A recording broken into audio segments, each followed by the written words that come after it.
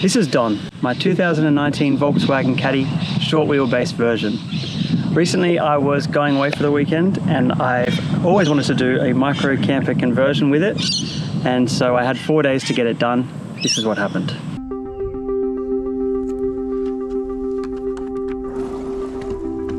Oh, this is full of goods. Alright, since I bought this car a little over a year ago, I've been wanting to build out a bit of a camping setup in the back. Wanting to build a little camper box. So I've had a few ideas for it, but since I met up recently with Steve to start athletics training again,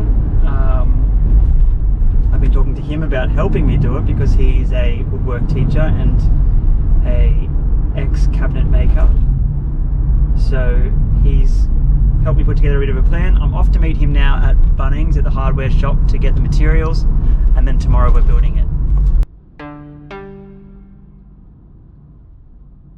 Plan at this point is pretty much a box that will sit in the back of the car, and it can be installed with either the back row of seats in or with them taken out, and then added to the box is going to be an extended part that will make up the bed base. It'll just be a few pieces of timber, and then there'll be, I think, 2 drawers in the back, one big drawer, one small drawer, and a fridge, and then some electronics. But all that will come with time, Patrick. Don't rush it. Like, what quality plywood you want to go with.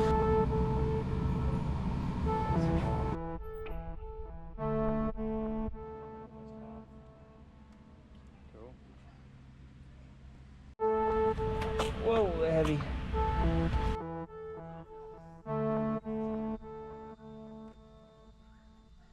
I'm pretty sure I know what's going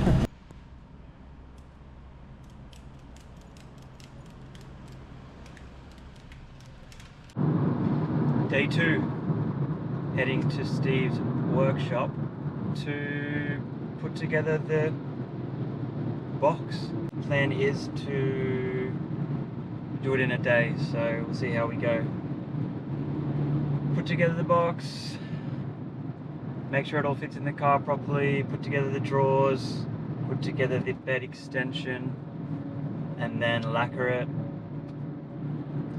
And then, yeah, there's a few more things I need to do, so got to get a fridge in and got to get a battery in. And this is all going to happen within 2 days. We leave for a little getaway down south to Canberra on Friday afternoon, so the clock is ticking. I also need to get a mattress that fits in this car. Yeah,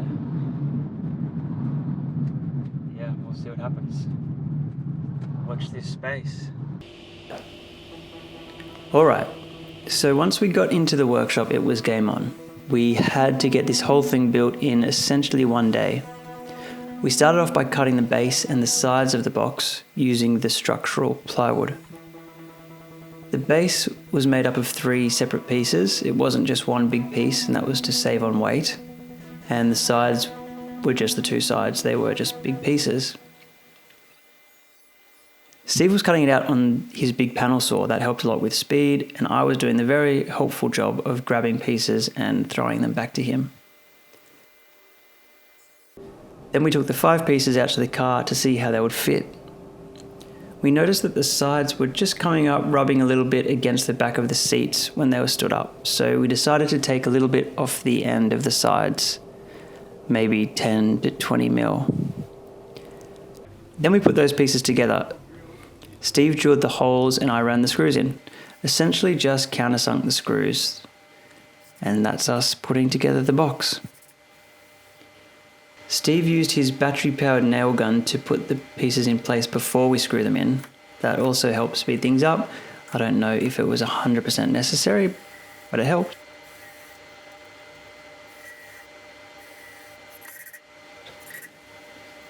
Then it was time to work out the drawer measurements to cut the 2 drawer dividers.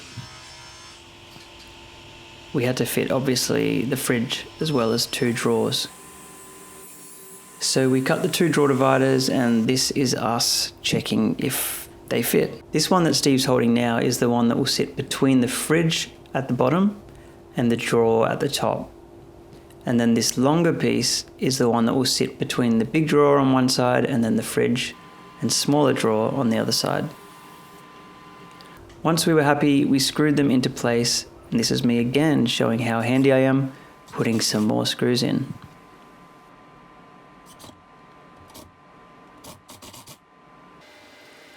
Then we got to measuring the internal drawers. These were going to be made out of the non-structural plywood.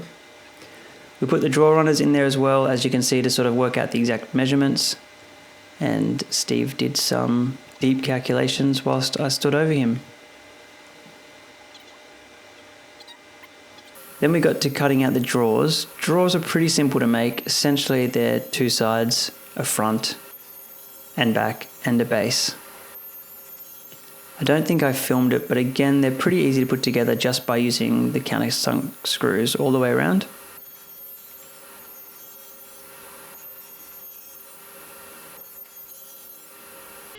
Once we'd screwed them together, Steve used this handy little tool to sort of route the edges and make them nice and smooth. Again, sort of saving on time rather than sanding all the edges.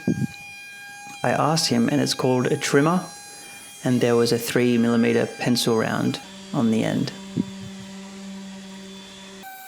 Then it got time to varnish the drawers. This was my job, full responsibility. I gave the drawers a good sand and then got the clear varnish and went all the way over them with a little paint roller. Thankfully, the day that we were doing it, it was very warm, so pretty much just put them outside and they would dry within an hour. And I did another coat actually, so I did 2 coats. Whilst I was doing that, Steve had snuck off and cut the top piece out of that structural plywood. And then we decided that in the middle, where the top would attach to the middle drawer divider, we would use pocket joints just to hide the screws so they wouldn't be right in the middle of the bed base on top. And then on the sides, we still just use the same countersunk screw technique.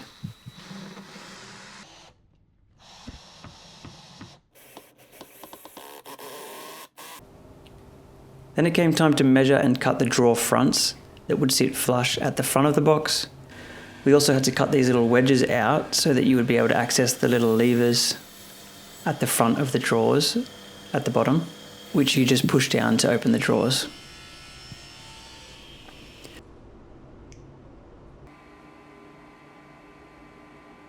We attached the drawer runners to the box and they fit pretty well. Then I got onto the jigsaw to cut out the little notches for the handle. The handles are sort of in addition to the levers at the bottom of the drawers. Just another way to open and close the drawers. And this was the longest anyone has ever spent on a jigsaw trying to cut out a handle, and it was still a mess. Whilst I'd been doing that, Steve had cut the actual drawer front handle and had made this nice contoured edge to make it nice and, I don't know, smooth and lovely to touch. Then we got it in the car and it was looking really good. That was that part done, and yeah, once we had the drawer fronts attached, it was looking really good. So after that, we were pretty much exhausted and we still had to do the actual bed extension.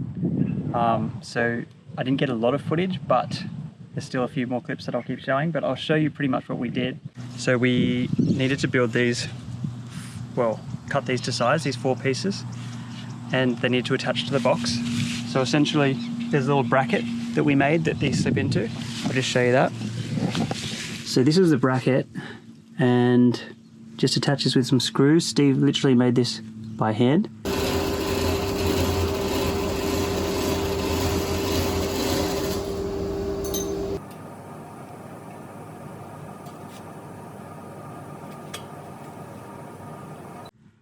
And then the timber sits in it like this.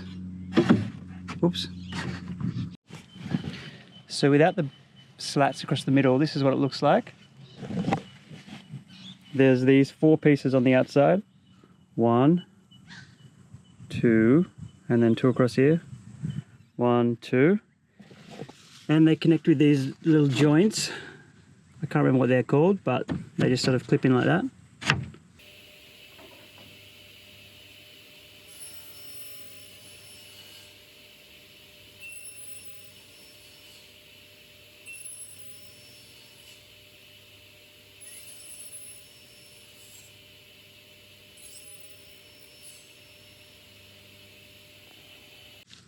And then they're attached to the car seat with these straps to make an actual support.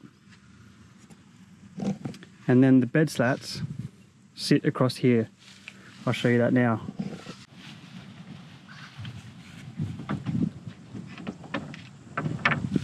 One, two, three. And they sort of just clip in with these little cutouts. Just going close there. And they just clip on top.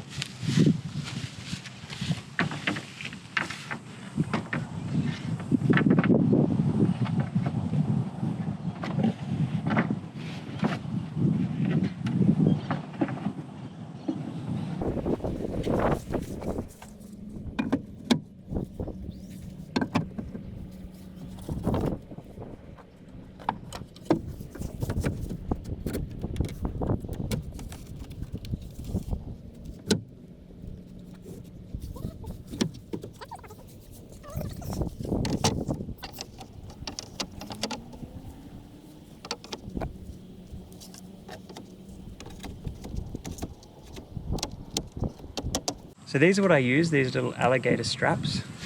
They look like this on one end. And this just goes through there. And they're crazily strong, I couldn't believe it. And so I just hook this around the headrest, like so. And the other end goes around the base. And just lift that up.